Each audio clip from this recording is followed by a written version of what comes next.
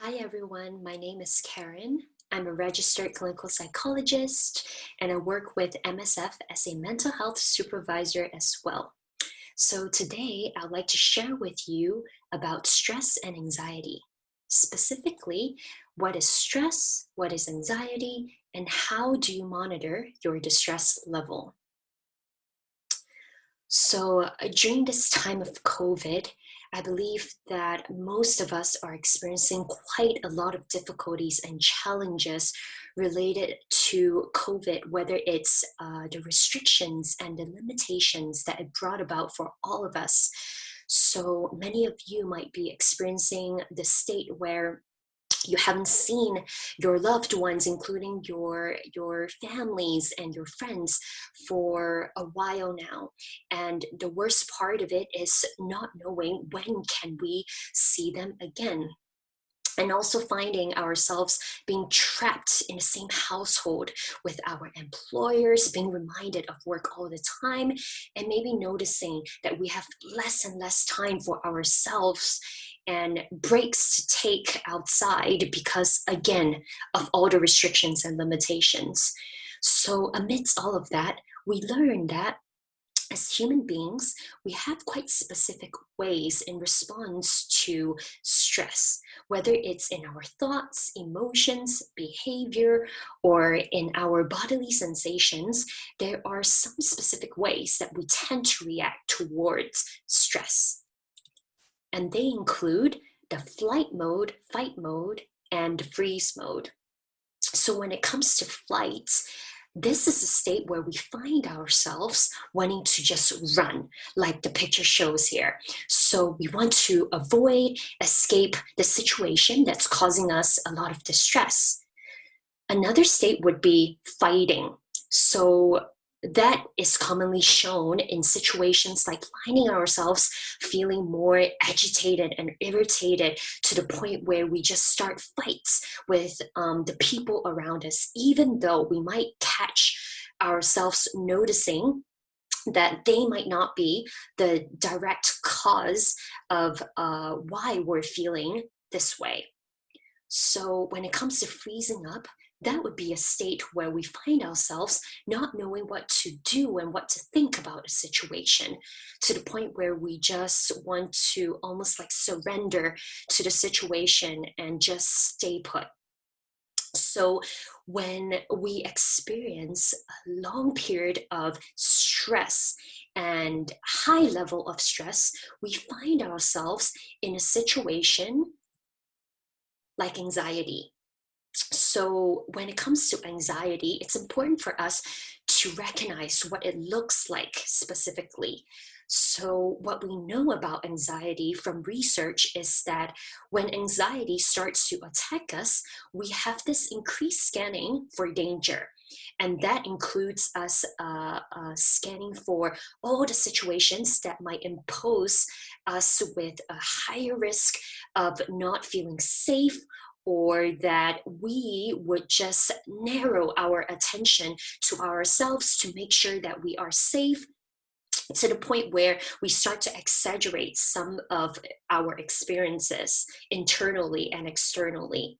And we also notice that our physical symptoms will intensify when we are experiencing anxiety, such as our heart rates would increase. We would breathe a lot quicker, and our entire body just feels a lot more tense than usual. And then we start to find ourselves wanting to escape and avoid most of the time, especially when it comes to difficult situation. And sometimes we even find that even when it comes to our regular activities, we want to escape and avoid too. And when it comes to the short term effect of all of that, we might find ourselves feeling more relieved for the time being. But then what we realize about anxiety is that in the long term, when we just keep to escaping and avoiding, we will experience an increase in the physical symptoms of anxiety. We feel more worried in our emotions and in our thoughts, and we start to lose confidence about coping as well.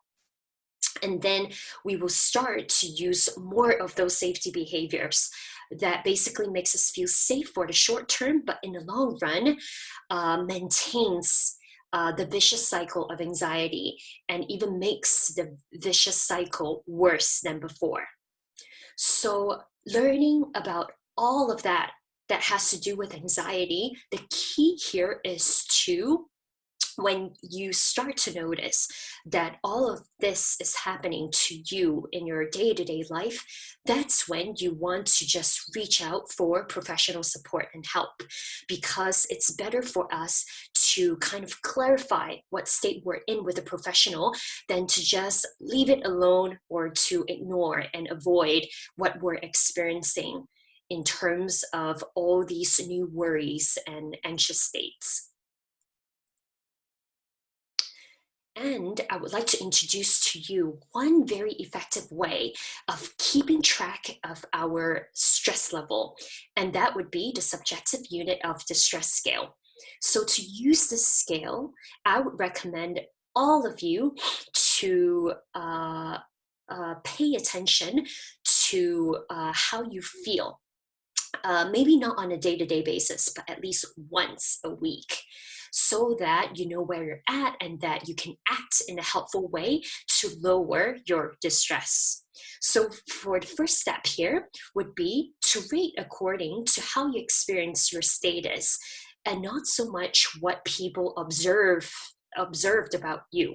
So we catch sometimes our friends telling us how we look like, such as, you look fine, you're always so happy, how do you do it? I'm worried, but you just look so optimistic all the time, like a ray of sunshine.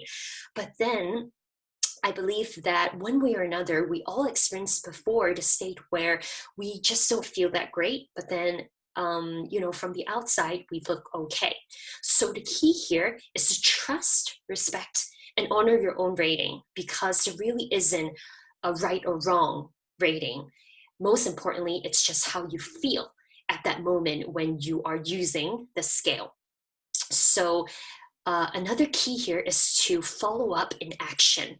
So after you notice that you rate yourself, and then you notice that you are a 60 or above, then it would be the time to take a step back from all of your commitments and reflect on your own needs. And most importantly, to stop taking on more responsibilities, because we all know that there are some commitments that just have to go on, such as your full-time job of taking care of the family.